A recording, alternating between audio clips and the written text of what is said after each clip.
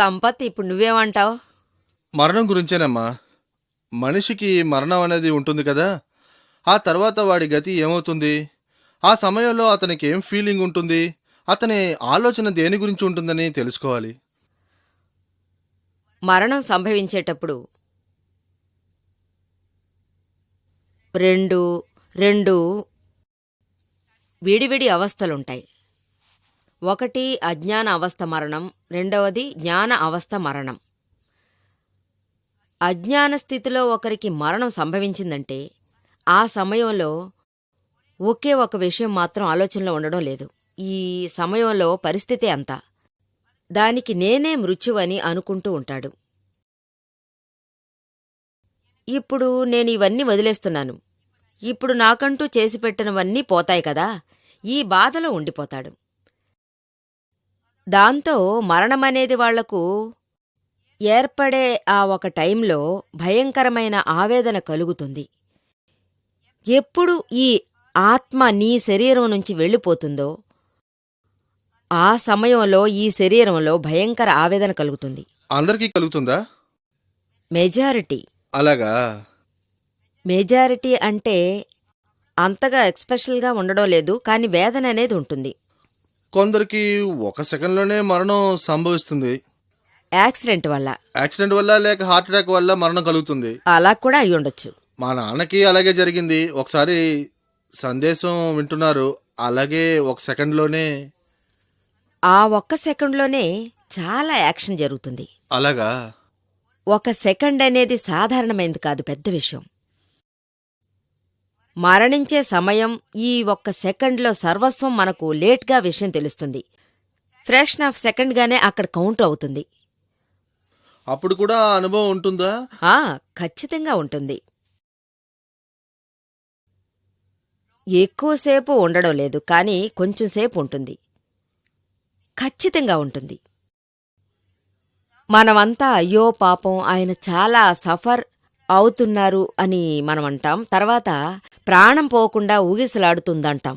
ఎక్కువ రోజుల దాకా ఆయన ఒంటి మీద స్పృహ లేదు, కోమాలో ఉన్న ఆయన ఆవేదనలోనే ఉన్నారని చెప్పాలి. దాంతో సడన్గా చనిపోతుంటారు, లేక యాక్సిడెంట్లో చనిపోతుంటారు. అప్పుడు మనకు వాళ్ళు ఏ బాధ లేకుండా మంచితనంగా చనిపోయారని మనకు అనిపిస్తూ ఉంటుంది. లేదు, ఎవరికి మరణం సంభవిస్తుందో వాళ్లకే ఆ వేదనలోని అనుభవం తెలిసొస్తుంది. ఎటువంటి ఆవేదనంటే ఇందులో ఒక టైం ఫ్యాక్టే లేదు, టైం ఎక్కువ తక్కువ అనేది ఇందులో లేదు. అఫ్కోర్స్ కోమాలో ఉన్నవాళ్ళకి ఇది ఎక్కువగా తెలుస్తుంది, కానీ ఏ రకంగా చనిపోయినా వాళ్ళకి వేదన అనేది ఖచ్చితంగా ఉంటుంది, తీవ్రంగా ఉంటుంది. ఎందుకంటే సెకండ్లో పోతుంది కదా, తీవ్ర వేదనలో ప్రాణం పోయినట్టుంటుంది. టైం తక్కువ ఉండటం వల్ల వాళ్ళ భావనలో ఏదైనా ప్రాబ్లం ఉంటుందా? భావన అనేది ఇక్కడ ఏది, ఈ స్థలంలో మెలకువగా ఉండడానికి ఎటువంటి టైమూ లేదు. ఆ అనుభవం ఉంది కదా. అందువల్లే అందరూ చెప్పేదేంటంటే మరణమనేది ఈ విధంగా ఉంటుందనేదే. న్యాచురల్ డెత్, న్యాచురల్ మరణమనేది ఏంటంటే ఫుల్ అవేర్నెస్తోనే ఈ మరణమనేది ఏర్పడుతుంది. ఒకటి ఒకటి ఒకటి వెనకాల ఒకటి ఒకటి మన శరీరంలోంచి ఒకటొకటి చేయడం మొదలవుతుంది. అంటే ఆ అనుభవం, ఆ అనుభవం అనేది ఉంటుంది. నేను చాలామంది ఇలా ఉండడం చూశాను, అది చెప్పడం కూడా జరుగుతుంది. ఇప్పుడు ఈ నిమిషం నా పాదాల్లోంచి ప్రాణం పోయింది, తర్వాత కాళ్ళు చేతులు శరీరం అని అంటారు. ఇంతవరకు చెబుతూనే ఉంటారు, ఆ తర్వాత వాళ్ళు మాట్లాడలేరు. జీవితం పోయింది, చెవులు పోయాయి, కళ్ళు మూసుకుపోయాయి. ఒకటొకటి జరిగేటప్పుడు వాళ్ళు చెబుతూనే వెళ్ళిపోతూ ఉంటారు. అది మాత్రమే కాదు, ఇది జరుగుతున్నప్పుడే వాళ్ళది శుద్ధాత్మని అంటారు, తర్వాత అది ఆగిపోతుంది. ఈ విషయం జరుగుతూ ఉన్నప్పుడు నేను శుద్ధాత్మ, ఈ దేహమే విడిపోతుంది, నేను ఫుల్ అవేర్నెస్తోనే అలా ఉన్నానంటుంది. దీన్నే సమాధి మరణం అంటారు. ఆత్మగాని దేహంగాని విడివిడి అవేర్నెస్తో ఉండడం లేదు, కానీ ఈ గమనం కొన్ని వేళల్లో వస్తుంది. సాత్విక సోదరులకు ఇప్పుడు శరీరంతో ఆ అంకం ముగిసిపోయింది, ఇదిగో నా మరణం నా దగ్గరికే వచ్చేసింది, శరీరమే చనిపోయిందని చెప్పాలి. నేను కాదు. ఇలా 2 రకాల అవేర్నెస్ కనిపిస్తుంది. ఇటువంటి మరణాన్ని నేచురల్ మరణమని అంటాం. ఆ స్థాయిలో ఆవేదన ఉండడం లేదు. ఆత్మజ్ఞానంతో చనిపోయే వాళ్ళకి సంతోషం అది మాత్రమే ఉంటుంది. శరీరానికి దుఃఖమనేదే ఉంటుంది. వాళ్ళ కర్మఫలానికి తగినట్టు అది భరించలేని ఆవేదనగానే ఉంటుంది. అది వాళ్ళకి ఖచ్చితంగా వస్తుంది. కాని లోపల ఉన్న సంతోషం పోవడం లేదు. దేహం విడిపోయినా వాళ్ళకి సంతోషం లోటు కావడం లేదు. ఈ శరీరమే చస్తుంది, నేను చావడం లేదు, అటువంటి ఆలోచన కలుగుతుంది. కాశీలో మరణం సంభవిస్తే స్వర్గాన్ని చేరుకోవచ్చు, మంచి చావు వస్తుందని ప్రజలు ప్రగాఢంగా నమ్ముతున్నారు. మరి కాశీకి స్వర్గానికి ఏదైనా సంబంధం ఉందా? కాని కాశీకి చాలామంది వచ్చి చనిపోతున్నారు కదయ్యా. జంతువులు చస్తున్నాయి, జీవరాశులు చస్తున్నాయి, అవన్నీ స్వర్గానికి పోతున్నాయనుకుంటున్నారా? గంగలో మునిగినా కూడా అది ఖచ్చితంగా జరగదు. హిమాలయాల్లో చనిపోయినా కూడా ఏమీ ఒరగదు. కాశీలో చనిపోయినా సరే, గంగలో మునిగిపోయినా సరే ఏమీ ఒరగదు. మనం చనిపోయేటప్పుడు అవేర్నెస్ ఏంటి?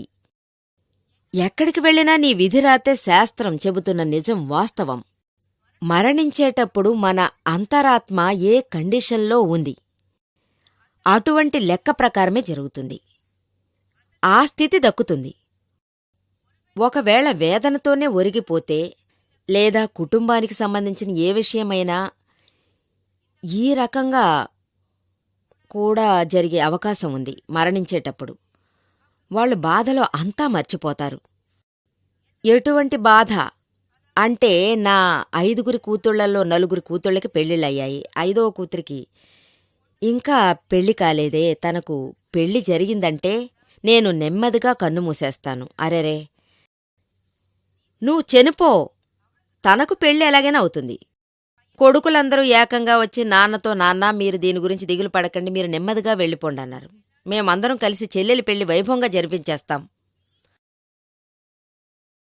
ఆ తర్వాత ఆయన అన్నారు, మీకేం తెలుసు, నువ్వేమైనా దాని కన్న తండ్రివా అని ఆయన అన్నారు. పిల్లను పంపించొచ్చు, తండ్రికి వివరించడానికి పిల్లను పంపించొచ్చు. నాన్నగారితో నువ్వెళ్ళి ఈ రకంగా చెప్పు, నాన్న దిగులు పెట్టుకోవద్దు, అంతా చూసుకుంటారని చెప్పు. పాపం ఆ పిల్ల తండ్రి దగ్గరికెళ్ళి, నాన్న నా గురించి దిగులు పడకండి, మా అన్నయ్యలందరూ నా మీద చాలా అభిమానంగా ఉన్నారు, వాళ్ళందరూ నాకు పెళ్లి జరిపించేస్తారని తండ్రితో ఆ పిల్ల చెప్పింది. వెంటనే ఆ తండ్రి చెప్పాడు, ఇది చంటిది, దీనికేం తెలుసు, నన్ను దిగులు పడొద్దని నా దగ్గరికే వచ్చి చెప్తుంది. తను బయటి ప్రపంచమే ఎరగనది. ప్రపంచం ఎంత రేటంటే 4 రూపాయలంటుంది.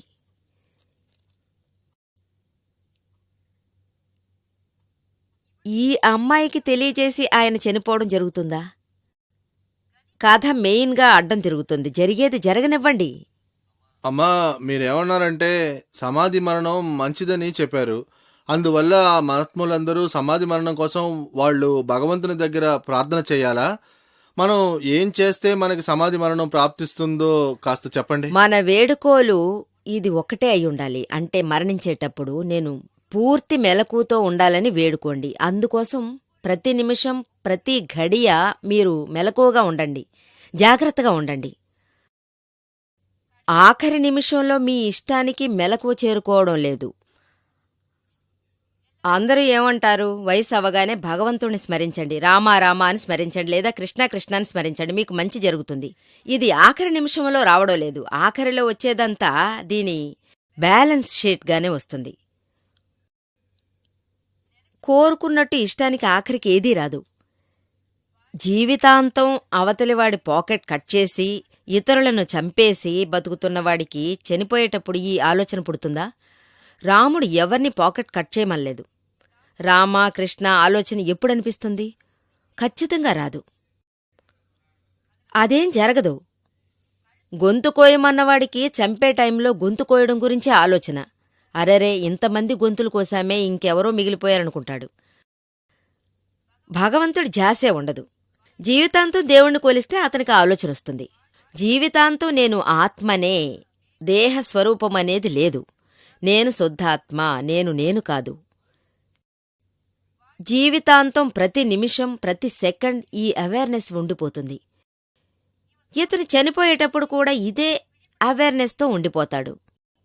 మీరు చెప్పడం వినుంటారే, కాలేజ్ స్టూడెంట్స్ ఉన్నారు కదా, మీరు ప్రొఫెసరే కదా, మీకు తెలుసు కదా కాలేజ్ స్టూడెంట్స్ ఏమంటారు, ఎప్పుడు ఎగ్జామ్స్ పెడతారో చెప్పండి, ఐఎమ్ రెడీ. వాళ్ళు డే టు డే స్టడీగా ఉంటారు. వాళ్ళు ఎగ్జామ్ వస్తే 10-15 రోజులు రాత్రంతా మేలుకుని కాపీ కొట్టి పాస్ అవ్వాలనుకోవడం లేదు. ఈ రకంగా అనుకోవడం లేదు. ఆ రకంగా అనుకునేవాళ్ళు జీవితంలో బాగుపడలేరు. ఎప్పుడైనా అందరూ రెడీగా ఉండాలి. మీరు ఎప్పుడు కావాలన్నా ఎగ్జామ్స్ పెట్టుకోండి, ఏ టైంలోనైనా మేం తయారుగా ఉంటాం అని చెప్పాలి. ఇది టెస్ట్ ఎగ్జామినేషన్ పిల్లలకి. మీకర్థమైందా? చనిపోయేటప్పుడు రామాని అంటే మంచి చావు వస్తుందా, దానికి ఎటువంటి అవేర్నెస్తో ఉండాలో చెప్పండి.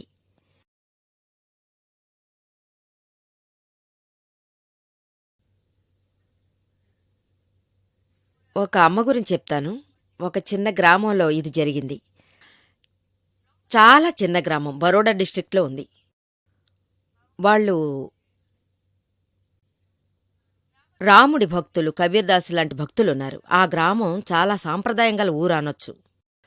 వాళ్లల్లో 2 అమ్మాయిలు దాదా భగవాన్ గురించి బాగా తెలిసిన వాళ్ళు. వాళ్ళిద్దరూ కూడా జ్ఞానదీక్ష పొందినవాళ్లు. వాళ్ళిద్దరూ అన్నిటినీ వదిలేసి దాదా భగవాన్ దగ్గరికి రావాలని కోరుకున్నారు. అప్పుడు దాదా భగవాన్ బరోడాలో ఉన్నారు. ఎప్పుడూ వస్తూ పోతూ ఉంటారు. గ్రామంలో ఉన్న వాళ్ళంతా వస్తారు. కొందరేమో పెద్ద దాదా భగవాన్ అనే స్థాయికి మాట్లాడారు. ఈయన్ని చూడ్డానికి అక్కడికి వెళ్లాలా అన్నారు. కాని ఆయనకేమీ బాధింపు లేదు. ఆయన ఏమన్నారంటే, నేనెవరికీ ఏ హాని తలపెట్టలేదు, శుభమే జరగాలని కోరుకున్నాను. అక్కడికొచ్చిన 2 అమ్మాయిల్లో ఒక అమ్మాయికి సడన్గా వ్యాధొచ్చింది. ఏం వ్యాధో కనిపెట్టలేదు, కానీ తనకేమో చాలా హై ఫీవర్ వచ్చింది. అక్కడ పక్కనున్న వాళ్ళందరూ డాక్టర్ దగ్గరికి తీసుకెళ్లారు. డాక్టరేమో తనకి నయం కాదని చెప్పేశాడు. పాపం అంతగా వయసు కాలేదు, ఒక 25-26 ఏళ్లుంటాయి. తన వయసున్న ఫ్రెండ్స్ అంతా అమెరికాలో ఉన్నారు. డాక్టర్స్ ఎవరెవరిని పిలవాలో వాళ్ళందర్నీ పిలవమని చెప్పారు. ఇంకా సేపట్లో తను చనిపోతుందని చెప్పారు. ఇంకా కరెక్ట్గా చెప్పాలంటే ఒక 3-4 రోజులు గడువులో చనిపోవచ్చని చెప్పారు. వాళ్ల ఫ్యామిలీలో మీరెవరెవరికి చెప్పాలో చెప్పి పంపండి, ఎందుకంటే గ్రామంలో ఉన్న వాళ్ళందరికీ చెప్పాలి కదా, అప్పుడే కదా అందరూ అక్కడికి రాగలరు. వెంటనే ఆవిడ వద్దు, ఎవరినీ పిలవకూడదు అని స్ట్రిక్ట్గా చెప్పేసింది. మీరు తొందరలో చనిపోతారు అని అన్నారు. మీకు తెలుసా అని అడిగారు. నేను ప్రాణాలతో ఉండబోయేది లేదు. నేను ప్రాణాలతో ఉండబోయేదే ఇంకా 2-3 రోజులే. నువ్వెందుకు మీ అమ్మాయిల్ని పిలిపించి ఆఖరిసారిగా ఒకసారి చూడకూడదని ఆవిడ దగ్గర అడిగారు. నువ్వు తన్ను చూడు, తనూ ఇక్కడికొచ్చి నీ ముఖం చూడని. నాకు ఎవరి ముఖం చూడాల్సిన అవసరం లేదు. ఆవిడికి చూడాలనుంటే నేను చచ్చిపోయిన తర్వాత వచ్చి చూడని. ఎందుకంటే నేను చనిపోయేటప్పుడు ఏ బంధువులు నా పక్కన ఉండడానికి వీల్లేదని ఆవిడ చెప్పేసింది. నన్ను ఆత్మతో ఉండనివ్వండి. ఒకవేళ ఆవిడ ఇక్కడికి రావడం వల్ల నేను మోహానికి కట్టుబడిపోతే అప్పుడు నా పరిస్థితి ఏమవుతుందో నాకే తెలీదని చెప్పేసింది. నా ఉద్దేశం ఏంటంటే నేను రిస్క్ తీసుకోవడానికి ఇష్టపడ్డం లేదని చెప్పింది. నాకు ఎవరూ వద్దు, ఎవరూ వద్దు. నన్ను ఆత్మలోనే ఉండనివ్వండి. ఆత్మ కోసం నా శరీరాన్ని వదులుకుంటాను, నన్ను వదిలేయండి అంది. ఆవిడికి దాపరించిన జబ్బు ప్రాణాంతకమైంది. చాలా బాధకు గురైంది. అలా ఉన్నప్పటికీ ఆవిడ ఎవరితోనూ ఒక్క ముక్క కూడా మాట్లాడలేదు. ఏం జరిగినా అది దేహానికి సంబంధించింది. ఎవరైనా తన దగ్గర ఏదైనా అడగడానికొస్తే అంతా నేనే చెప్పేస్తాను అని చెప్పింది. మీరు ఎవరినైతే చూస్తున్నారో వాళ్ళని నేను చూస్తున్నానని చెప్పింది. దాదాజీ చెప్పిన ఈ మ్యాటర్ తన మైండ్లో ఫిక్స్ అయింది. ఆవిడ ఆఖరిదాకా ఇదే పరిస్థితిలో ఉండి, సమన్వయంగా ఉండి, నేను శుద్ధ ఆత్మ అని అంటూ ప్రాణం వదిలేసింది. చుట్టుపక్కల ఉన్న ఇంకో ఇంట్లో ఒక అమ్మ ఉండేది. వాళ్ళిద్దరూ ఒకే టైంలో చనిపోయారు. ఆవిడ కూడా వ్యాధిగ్రస్తురాలే. అదే గ్రామంలోనే. ఆవిడ రామా రామా అంటూ ఉండేది. రామా రామా రామా అని స్మరించేది. ఒక్కొక్కరికి ఒక్కో భగవంతుడు. ఎవరికి ఏ దేవుడు అలవాటో ఆ దేవుణ్ణి పిలుస్తారు. ఆవిడేమో పాపం చాలా అష్టకష్టాలు పడింది. అతిగా అరుస్తూ ఉండేది.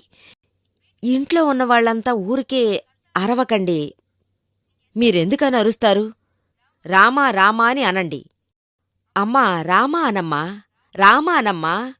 వెంటనే ఆవిడ అవును, ఏమిటి రామస్మరణం, నాకు చాలా నొప్పెడుతోంది. మరణం సంభవించే టైంలో ఆ భగవంతుడిని పిలవడానికి ఏంటి నొప్పి? ఇంత బాధపడే కంటే ఆ భగవంతుడిని పిలిస్తే ఏంటి? ఇదంతా ఆత్మలో ఉంటేనే జరుగుతుంది, లేకపోతే ఖచ్చితంగా జరగదు. ఆ గ్రామవాసులందరూ ఆ దాదాభగవాన్ మాటల్లో ఏదో శక్తి దాగుందని ఆలోచించసాగారు. ఎందుకంటే ఇద్దర్నీ చూడండి. ఈవిడ ఏమిటయ్యా అంటే అరిచి గీపెట్టి ఆవిడ కన్నుమూసింది. కాని ఈవిడికి సమాధి మరణం ప్రాప్తించింది. గ్రామంలో ఉన్నవారందరూ బాగా ఆశ్చర్యపోయారు. మాకు ఆ ఏరియాకెళ్లే పని పడింది. ఆ గ్రామంలో ఉన్నవాళ్లు మమ్మల్ని ఇన్వైట్ చేశారు. మీరు మా గ్రామానికొచ్చి మా అందరికీ దాదాభగవాన్ జ్ఞానదీక్ష ప్రసాదించమని అన్నారు. ఆ గ్రామమే వద్దని చెప్పింది. ఇప్పుడు ఆ గ్రామంలో ఉన్నవాళ్లు, ఆ చిన్న గ్రామంలో ఉన్నవాళ్లు మమ్మల్ని రమ్మని పిలిచారు. ఎంతోమంది కూర్చుని జ్ఞానదీక్ష తీసుకున్నారు. చివర్లో చనిపోయేటప్పుడు మాత్రం రామా కృష్ణ అని అంటే అది జరగదు. అర్థమైందా? జీవితాంతం భగవంతుని స్మరించే అలవాటుంటేనే వస్తుంది, లేకపోతే రాదు.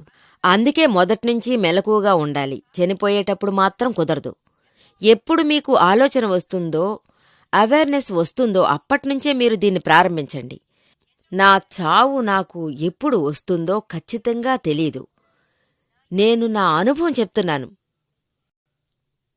1968లో నాకు ఇటువంటి ఒక అనుభవం తొలిసారిగా ఎదురైంది. జ్ఞానం కలిగింది. జ్ఞానం కలిగినప్పుడు సరిగ్గా నాకు 23 ఏళ్ళు. ఆ సమయంలో మరణం గురించి ఆలోచనే ఖచ్చితంగా మనకు తట్టదు.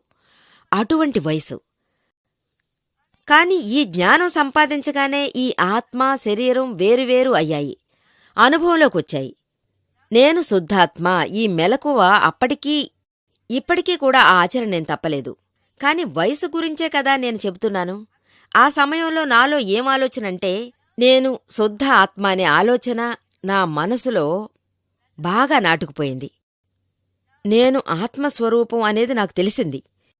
ఈ అవేర్నెస్ ఒక సెకండ్, ఒక ఫ్రాక్షన్ ఆఫ్ సెకండ్ కూడా మిమ్మల్ని వదిలిపోదు.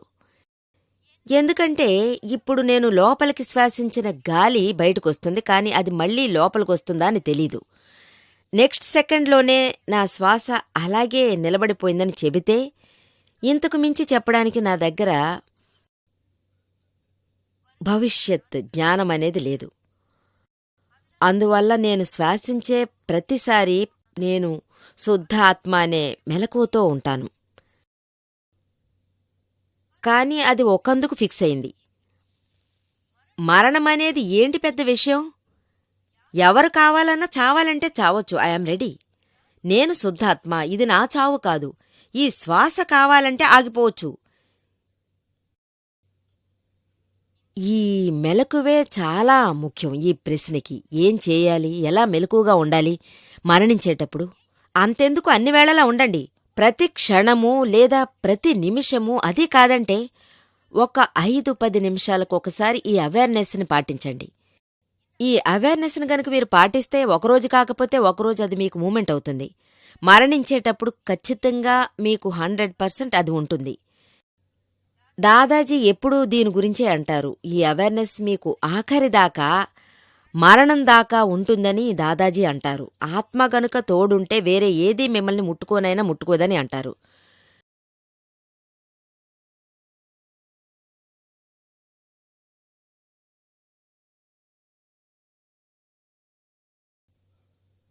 మీకర్థమైందా? మీరేమని అడిగారు?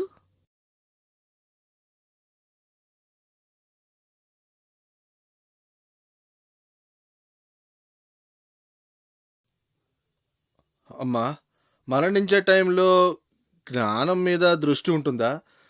కానీ ఆ సమయంలో స్పృహ అనేది లేకుండా ఉంటే అది ఏమిటంటే తన బంధువులు తనను కలిసినప్పటి నుంచి తన ఆస్తిపాస్తులు ఎక్కడున్నాయని వెతకడం, పలానా పలానా బ్యాంకుల్లో పలానా పలానా డబ్బుందే విషయాలు ఒక్కసారైనా తన మనసులో ఆలోచన మారితే ఆ తర్వాత ఆత్మ వెళ్ళిపోవడానికి సిద్ధంగా ఉంటుందే?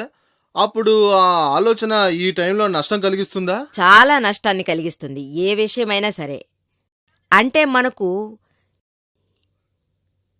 ఈ 4 గుణాలు కోపం, మర్యాద, మోహం, లోభం ఇందులో సరిగ్గా ఏదైనా ఒక విషయంలో మీరు దొరికిపోతే మీ గతి అధోగతని అనొచ్చు. స్థితి అస్తవ్యస్తమవుతుంది. ఇదే నియమం. అందువల్లే కబీర్దాస్ కవితలు గుర్తుపెట్టుకోండి. ఆహారమో నీరో పుచ్చుకుని నీ కర్తవ్యాన్ని సరిగ్గా నిర్వర్తించు. ఇదే నీకు ఆఖరి సమయంలో తోడుగా నిలుస్తుంది. ఇటువంటివే మరణించేటప్పుడు ఆఖరి గడియల్లో అండగా ఉంటుంది. అందరికీ అన్నీ ఇవ్వు. ఎలాగంటే ఆఖరిలో మరణించేటప్పుడు ఇవన్నీ అండగా నిలుస్తాయన్న నమ్మకంతో చేస్తే అప్పుడు ఏదైతే ఉందో అదంతా మొదట బయటకు వదిలేయ్. సరేనా? వీటన్నిటికీ ఏం కావాలి?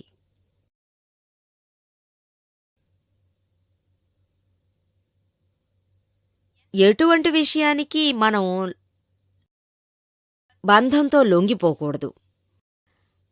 అన్ని రకాల ఆచరణల నుంచి మొదట ముక్తి పొందాలి. ఈ ఆలోచన మాత్రమే ఉండాలి. ఆత్మ సౌందర్యం బావుండాలి. ఆ పైన దేని గురించి దిగులు పడక్కర్లేదు. అందుకే ఈ రోజుల్లో మీ అందర్నీ చాలా అందంగా తయారు చేస్తున్నారే. ప్రాణాల మీద ఆశ అసలుండకూడదు. ఆలోచించక్కర్లేదు. అది చేయాల్సిన అవసరమూ లేదు. ఏది చేయాలో అది తర్వాత చేసుకోవచ్చు.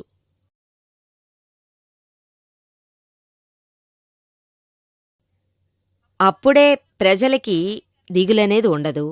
ఎవరికి ఏం దక్కాలో అది దక్కుతుంది. లేదంటే వదిలేయండి. దక్కేది దక్కుతుంది. మిగతావన్నీ తర్వాత చూసుకోవచ్చు. ఆలస్యంగానే అర్థమవుతాయి.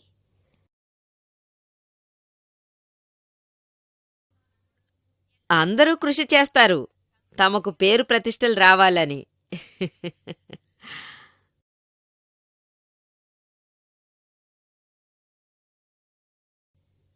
అర్థమైందా? ఇవన్నీ ప్రత్యక్షమైన విషయాలు. ఈ అవేర్నెస్ మన భారతదేశంలో అంతటా కనిపిస్తుంది. చదువుకున్న వాళ్ళు ఇలాగే ప్రవర్తిస్తారు. ఈ అవేర్నెస్ ఉండాలి కదా.